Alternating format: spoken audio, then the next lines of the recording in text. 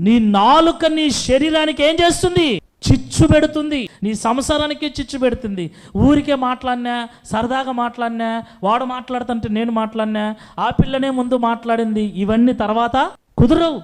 ఆ పిల్లకు బుద్ధి లేకపోతే నీకు బుద్ధి లేదా? వాడికి బుద్ధి లేకపోతే నీకు బుద్ధి లేదా? దేవుని మందిరానికి వస్తున్న బిడ్డలు మీరందరూ కూడా, మనమందరం కూడా ఇతరులతో మాట్లాడేటప్పుడు శుభ్రంగా మాట్లాడటం మనం నేర్చుకోవాలి. అలా కాకుండా మనల్ని చిక్కుల్లో పెట్టే విధంగా మాట్లాడకూడదు. ఆ మాటను కాస్తంత అదుపులో పెట్టుకోవాలి. నాలుకను నువ్వు అదుపులో పెట్టుకుంటే చాలు.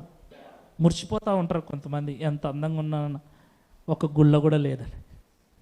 నీ అందాన్ని నువ్వు కంట్రోల్లో పెట్టుకుని, నీ బాడీని నువ్వు కంట్రోల్లో పెట్టుకో. కానీ నీ నాలుకను నువ్వు కంట్రోల్లో పెట్టుకోకపోతే ఎంత అందమున్నా చెంపదెబ్బలు తప్పవు. నాలుక కంట్రోల్లో ఉంటే అన్నిటికీ మంచిది.